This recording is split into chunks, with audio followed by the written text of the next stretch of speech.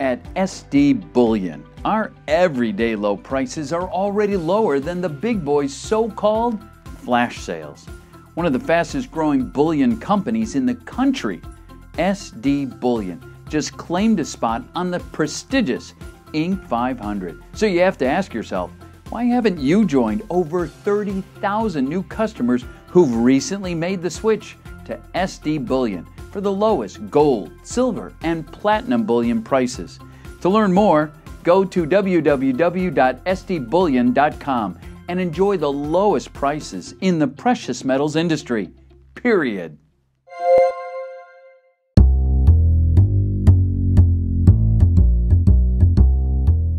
Ladies and gentlemen, please join me in welcoming what I know will come as a bright, refreshing, and thought-provoking look at America and its future as we hear from the Honorable Dr. Ron Paul.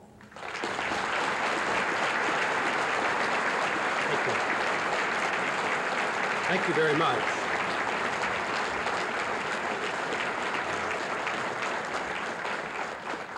Thank you. It is indeed a real pleasure to be here today. Mr. Johnson, it's a delight to meet you. It's a delight to be at the Detroit Economic Club. It's a delight to see such a nice head table, and I feel very honored. I'm here today to talk about economics and what I think are some of the problems that we face as a nation and what we face in our political system. And I don't see good things ahead. I think we're having a lot of problems. I'd like to explain why I think that's the case. I've been doing a lot of campaigning across the country. My nomination occurred last September, as was mentioned in the introduction. It came a little early because we have to have a name to apply for access to the state ballots. But a lot of the campaigning is done on radios because we can get on a lot of radio talk shows. And not too long ago, I was on a major radio talk show up in Chicago. And it was at nighttime, and it was reaching 20, 30 states. And the call-ins were very good, as usual. On the radio shows that I've been on for so many months now, I would say 85% are favorable call-ins. People call in and say that I endorse everything you say. I haven't heard it before, but it sounds good. The system's out of control. Something has to be done, and what you have to say makes a lot of sense. This particular night, I had probably approximately 12 calls, and every one very favorable. Then the next one, I guess because it was number 13, he called in and he said, you know what? He says, I don't agree with anything you say. And I says, not one single thing. He says, no, everything is fine. His business was doing fine, and he didn't worry about a thing, and he didn't see any reason why I should be worried about anything either. And I said, you're not worried about interest rates or deficits, spending, size of government, the Internal Revenue Service, invasion of our privacy, foreign policy? No, he says, everything was fine. And besides, he said he had already decided for whom he was going to vote. He said he had decided to vote for Dukakis and Quayle anyway.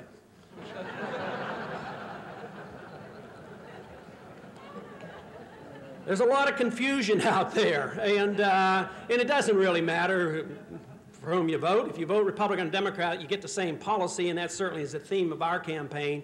I had worked with Republicans. I thought there would be a difference, but you know, the deficits really never changed. Just think of what's happened. It took us 204 years to get our first $1 trillion debt. Oh, it took 4 years after that. Not with the Democrats in the administration, but with the Republicans in the administration. So there's something seriously wrong.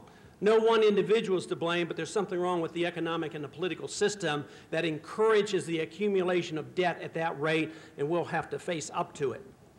One of the major problems that we complain about as libertarians is that frequently those members that go to Washington and their staff people are taught in the universities, which quite often teach the same type of economic policy. And although we campaign a whole lot on college campuses and we get good receptions, we're challenged there rather frequently as well. Almost every time if I speak to young people who are then currently taking political science and economic courses, we'll challenge some of the old cliches. And they will come back and want to know about antitrust laws and certainly about the horrors of capitalism of the 19th century, many of the things taught in school, and quite frankly, I believe erroneously. But this one particular time at the University of Pittsburgh, a young man got up and asked the usual question. He said, what about antitrust laws? Don't you have to have government to make sure business doesn't get too big? And you libertarians aren't for antitrust laws. And I said, well, there's good reason for that, because all monopolies really become monopolies with government protection, and there's no such thing as a free market monopoly. And besides, if a company is big in a free market, it comes about because the company serves the consumer. The consumer becomes king, and as long as a company gets big because the consumer's happy and the consumer votes that confidence by buying those goods, bigness is not necessarily bad. If bigness occurs because of government protections or government contracts or a government protection so that they can have a guaranteed monopoly, that's a different story. And I said, besides, the laws can't be interpreted. He says, what do you mean they can't be interpreted? I said, you know, if a group of companies are doing business and one company undersells everybody else, they can be accused of undermining the competition. And if somebody charges too much, they say you have too much control and you're gouging the customers. And then if all the business people are charging the same price, then they say there is collusion. So there's really no way for the businessman to interpret the antitrust laws. This prompted a young man after the session to come up, and he identified himself as a Russian. He had been in this country for approximately 10 years. And he says, your explanation of the antitrust laws reminded him of a joke that went around the Soviet Union when he was still living there. There were 3 men in prison, and the one man said, they started asking each other why they were there, and one person said, well, I kept going to work too early, and it looked like I was trying to get in good with my boss, so they were suspicious, and they put me in jail. And somebody else said, I kept getting to work too late, and they said I was cheating the state, so they put me in prison. And the one other individual said, I kept getting to work on time, and they accused me of owning a Western watch. So whether you're in the Soviet Union or the United States, sometimes laws are difficult to interpret. We would like to make it so that there is not a difficulty interpreting law, but we'd like to make it so that we understand what the role of government ought to be. This is what's generally happened in the 20th century, that we as a people have lost our way. We have accepted some ideas about what the government should be doing and what the concept of freedom is all about, to the point now where we have carelessly accepted the role of government as being an intervener, one that plans the economy, tells us what we should do with our private lives, and also accepting blindly our role as interferer or intervener in the internal affairs of other nations. We think that's wrong, and we should be going in another direction. The real challenge is big government versus individual liberty. Should the government be there as a planner, or should the government be there for the protection of liberty? Well, that answer was clearly defined by the founders of the country. Our founders, our forefathers, decided that the British were expressed too much control on us, and they said, we want less government. There was a Declaration of Independence, a Constitution, a war, and we had guidelines for limited government. Today, those guidelines are no longer looked at. One of the weakest arguments that can be used in the U.S. Congress is a constitutional argument. It isn't interesting to the other members of Congress. Big government versus individual liberty is the question that we must ask. What should the role of government be? Now, there's a reason that government has gotten out of control. It's a political reason. It's more than an economic reason.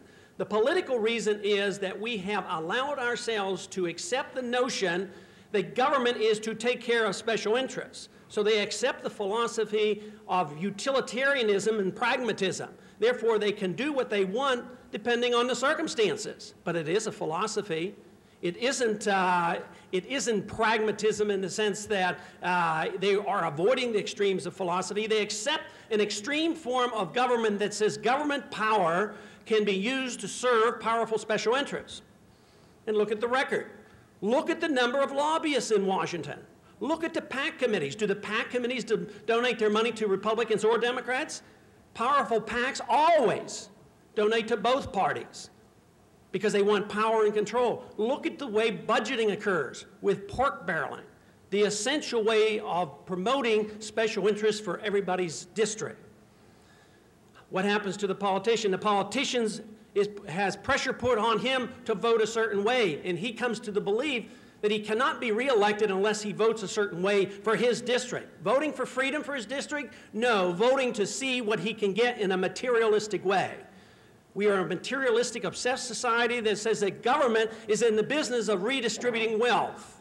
And therefore, the pressure on the congressman is to get things and privileges for special groups. Now, what happens? Is he rewarded? Certainly is. 98.5% of them are reelected, so the people evidently have gone along with this for a good while. But what has it done? Well, the politician knows some of it has to be paid for, so they do apply some taxes to us, but it's getting to be popular to not be for taxes, and that's a good plan. We're certainly not for taxes, but the whole thing is you raise taxes, they don't have enough taxes, then what do? They devise a monetary system that accommodates the politician.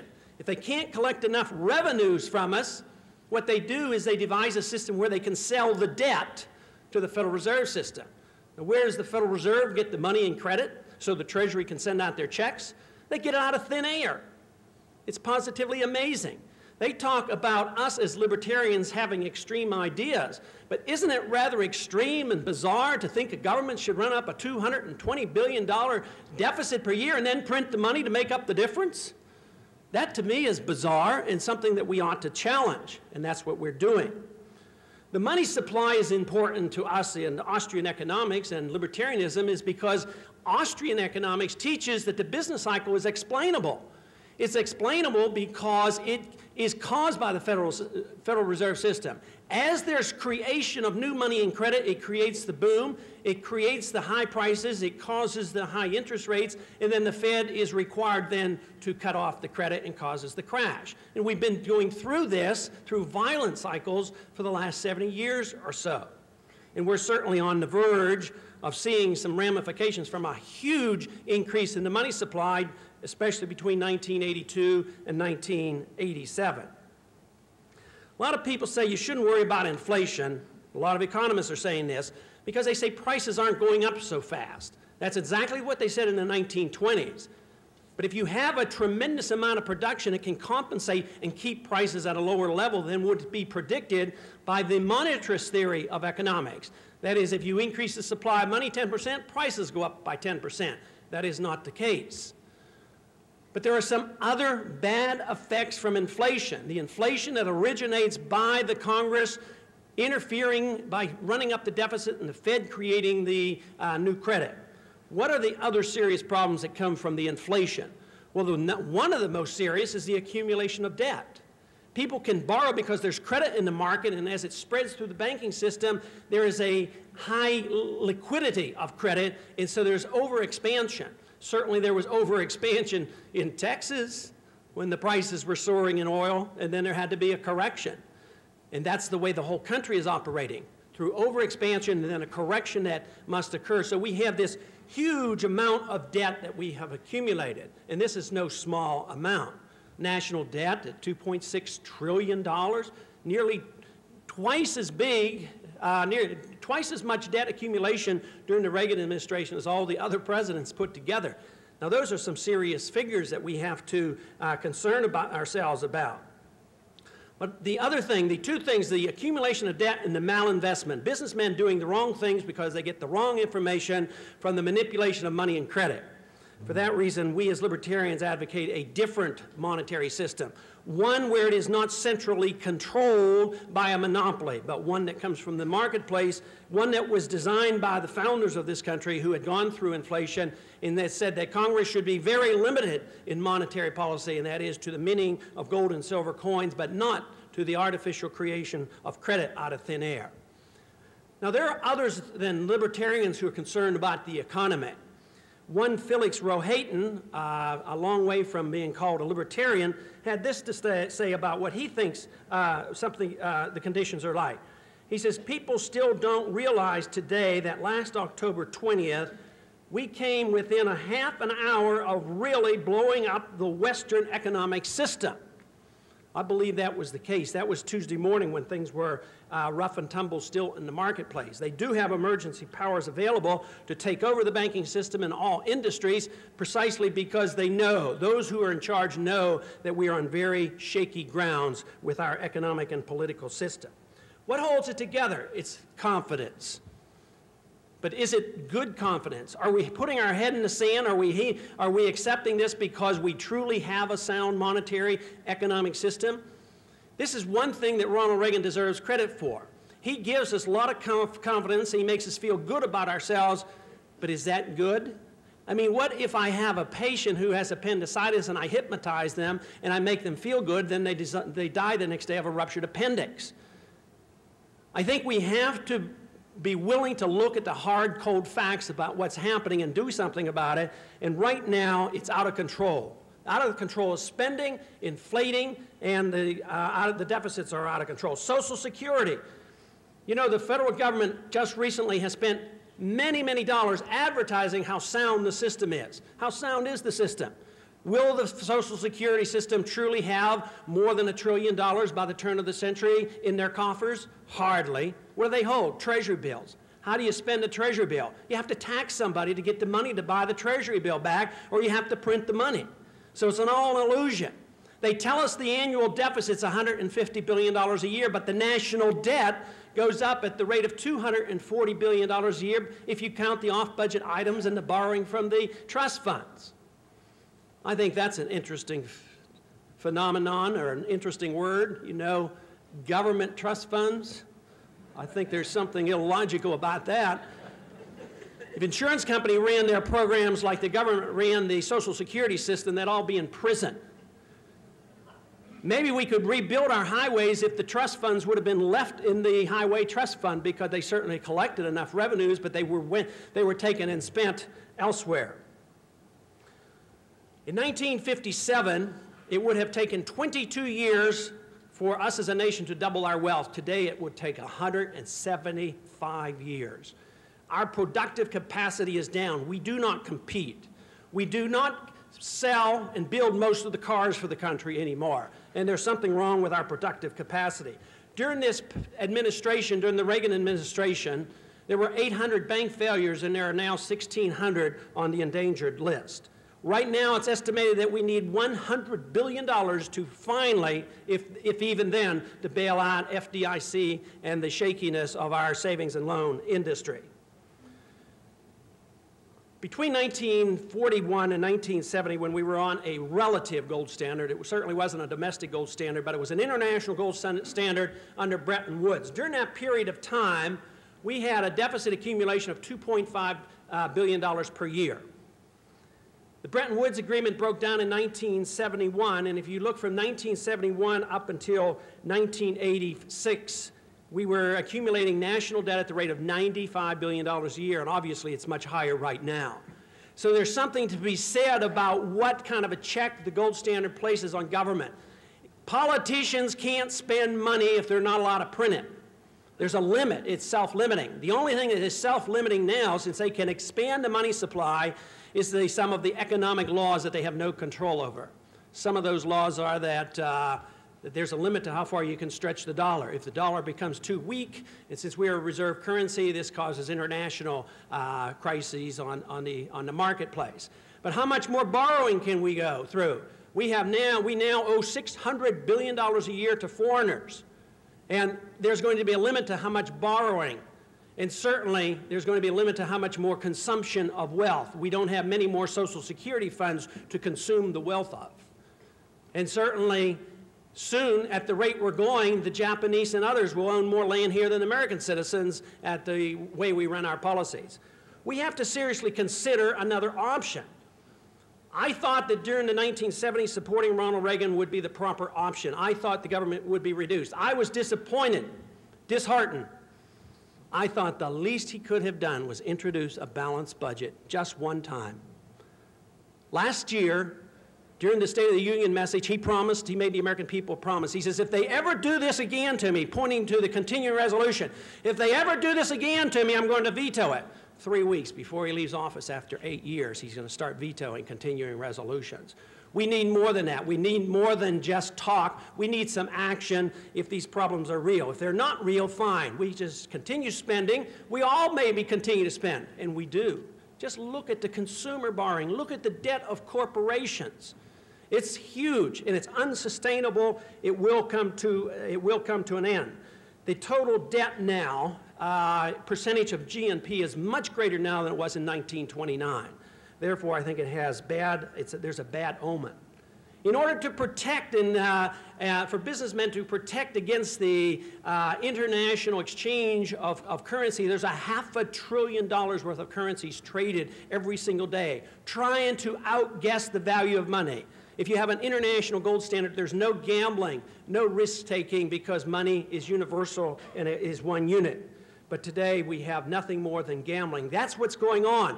Eventually the trust will be lost, and my prediction is that Ronald Reagan, as great as he was for making us feel good about ourselves, has hidden, the real problems that we face, and at the time of this election this year, nearby, maybe before, maybe thereafter, confidence will be gradually lost, and there will be a resumption of a financial crisis, because we're in the midst of the crisis already. It's not brand new. I'm not saying it's coming. I'm saying that it's already here. And when you hear people like Felix Rohatyn mentioning how serious it is, I think we all ought to wake up, and the solution is political. The solution is political, is that we need more determination in Washington to do a better job, to vote for less government. People need to be less materialistic and say the purpose of government is to give me things. The purpose of government is to give and protect and guarantee our liberty.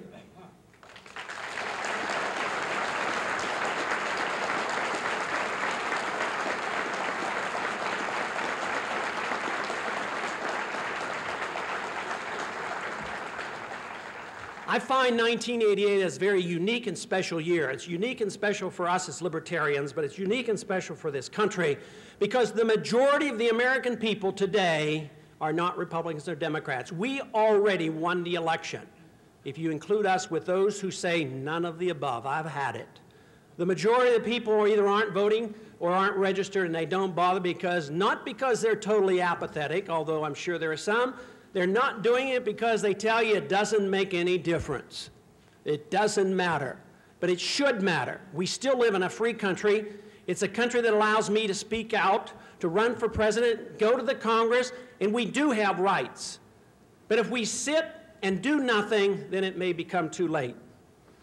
There was a young man in 1930 by the name of Robert Robinson, a black man who was employed here in Detroit. In 1930, he was worried he'd lose his job, and he read the papers, and he read everything that he could, and they said a bad depression was coming, and it was all coming because of capitalism. They blamed capitalism on the problems, not on the Federal Reserve System, and not on the expansion and the malinvestment that was occurring in the 1920s. So he responded logically, what he thought was logical. He went to the Soviet Union because the Soviet Union was said to be a great haven and a great place to go. Within 1 year, he discovered that he had made a serious mistake, and for 27 consecutive years, he applied to get out of the Soviet Union, never got out. After 44 years, he escaped and moved to Uganda.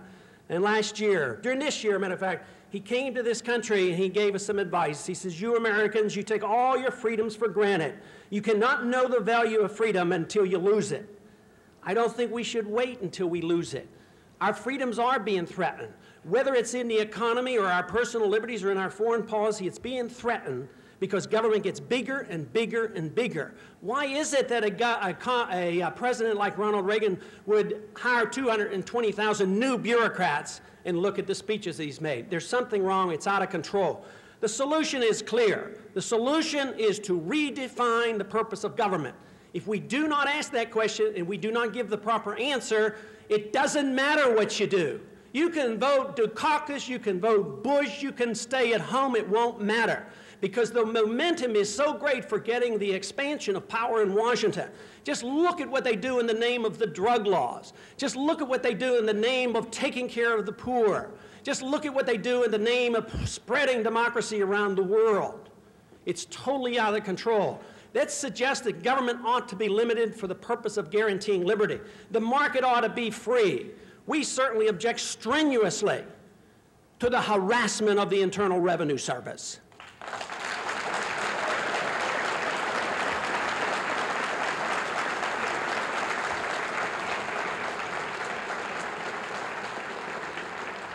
The founders of this country were very upset about the taxing authorities and the methods of the British. And Yet today, what do? We complacently accept the role of slave by keeping all the records, allowing the records to be used to incriminate us. We assume that we're guilty until we prove our innocence to the Internal Revenue Service, and if we don't do that quickly, our property is confiscated without due process of law. We think that should come to an end, the sooner the better.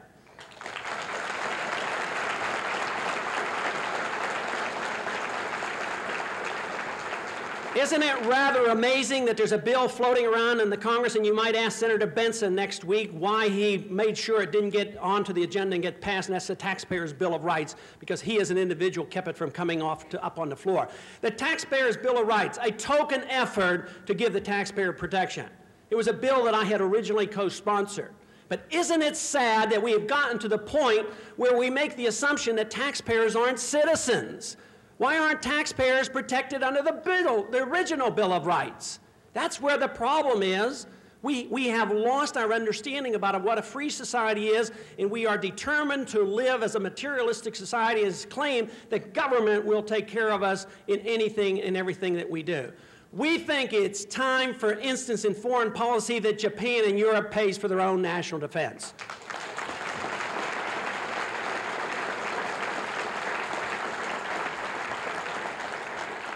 Why should we sacrifice ourselves? You know, we spent hundreds of billions of dollars defending Europe over the last several decades. Ronald Reagan didn't even have flying rights when he decided to go to Libya. It's not even a good investment. It's morally wrong because we don't have any moral authority to involve ourselves in the internal affairs and use our CIA to plan murders and overthrows. Constitutionally, there is no authority for that type of activity. Where is it written in the Constitution that we should devise a central intelligence agent to go and trade weapons with the Ayatollah and terrorists and then fight secret wars?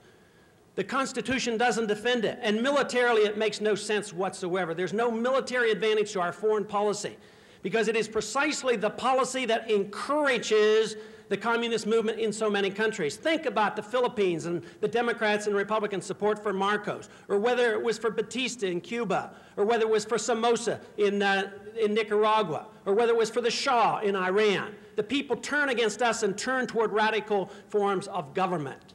So it's more practical to accept the position of the founders of this country, saying that the purpose of foreign policy is to defend this country and to be neutral in the affairs of the world, rather than pretending that we're the policemen and that we know what's best for everybody else.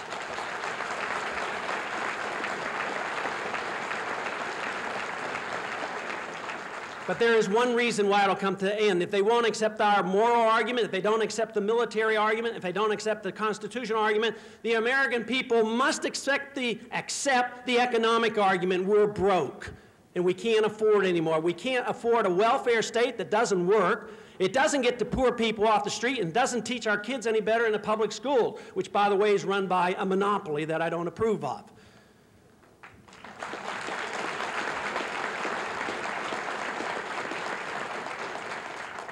The policies don't work, and therefore the economic laws of the limitation of debt will eventually bring it to an end. When it comes to an end, and we're in the midst of that, the default is going on, we have to have options. Today, it is very difficult for the Libertarian Party or any other option to get their message out. Since if you can come to the agreement that there is no difference between Republicans and Democrats, you don't have a choice. So therefore, we as a nation are one of the most difficult nations to present alternative views to the people.